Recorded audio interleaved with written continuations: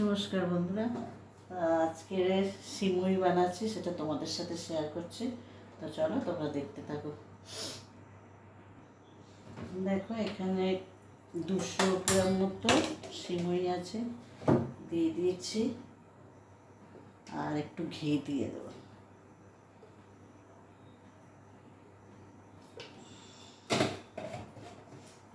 ঘি দিয়ে একটু ভাজা ভাজা করবো।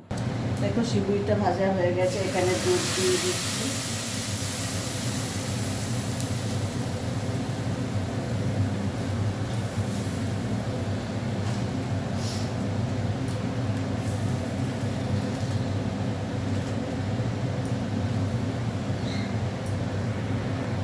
একটু এলাচ দিয়ে দিলাম।